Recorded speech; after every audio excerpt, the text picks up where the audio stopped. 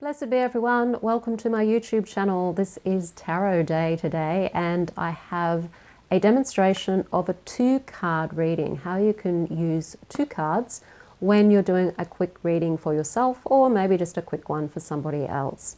Before we dive into that, I'm Sandra from MysteryWitchSchool.com, author of Crafting Your Wiccan Path. If you want to know more about how you can become a confident tarot reader, take a look at my course, The Confident Tarot Reader. There's a link in the description field below this video. So today I've already picked out 2 cards. So I was just shuffling the deck before I hit record and 2 cards came out. One of them is the Tower and the other one is the Page of Cups. So the question I was asking was, which cards should I use today for my tarot demonstration?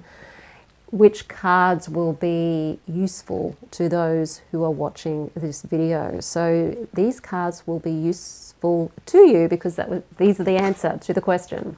So take them how you do. But the way I'm going to explain 2-card reading is just give you a demonstration of one way you can do a 2-card reading. There's a number of different ways you can do all kinds of readings, and in the Confident Tarot Reader course I teach a few different ways of doing readings. We do spend a lot of time on doing story readings because tarot tells a story, and it's much easier to learn the tarot when you're dealing with a story than trying to put cards in particular places that have a meaning and then trying to work it out from there. Some people find that easy, other people find it difficult. So the first card is the Tower card, and the position of card number 1 in this way of working with a 2-card reading is taking it from the Celtic cross. So the first card is the situation card. So the situation at the moment could be that there is a great sudden change that's occurred. Now this could be at different levels for various different people who are watching this video, but it's a sudden change and it's a shock. And this shock can tumble, seem like anyway, that your world is falling apart. It could be a welcome change, or it might be an unwelcome change. It could be something that maybe you knew might be coming, something that you couldn't see. But this is the situation. And this card means that whatever it was that you have had blown apart, it will pass. It is part of the whole truth of our existence, in that nothing lasts forever. Nothing stays the same. That what you thought was permanent is not permanent. There is always flux. There is always constant flux. And something has happened and something has changed. And at the moment, you're probably feeling the shock waves of that. It could be for better or for worse in regards to how you're feeling. Even if it's a welcome shock, even if you know that something good can come out of this, it still won't feel that way. It will still be stressful, and it's still something that you've got to ground yourself to be able to deal with. Now the second card is the crossing card. So this would normally be the challenges in, say, the Celtic cross reading. And what the challenge is here is the Page of Cups.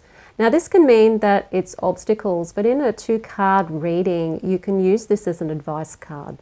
So this card is saying that while things may have just totally blown apart for you, that there's been this sudden shock and this sudden change happening, what's coming out of this is the real need to actually take a look at yourself, at the way that you feel about yourself. I'm seeing here that the page is looking into the cup, and it reminds me of that Greek myth of Narcissus, how he looked into the pond and saw his reflection and fell in love with himself. And it just reminded me of that when I just saw the card for the first time today. And so that's what I'm going with intuitively, that story. So this big shock, what's being torn apart or what's coming down in your life, is giving you the opportunity to actually go inward and take a look at how you are seeing yourself. It's giving you that opportunity to look at yourself and look at the situation and how you may have been maybe deluded in the past about something, or how you, by not being really in tune with yourself, this has happened, and this is now demanding that you do get in tune with yourself in a very childlike way. You know, develop a childlike curiosity about yourself and how you may have contributed to the situation in some way. It could have been totally unconscious, and generally it is. Was it your sense of not being good enough? Was it coming from a place of you not loving yourself, not respecting yourself, not accepting yourself? Were you giving too much away to somebody else or to a situation?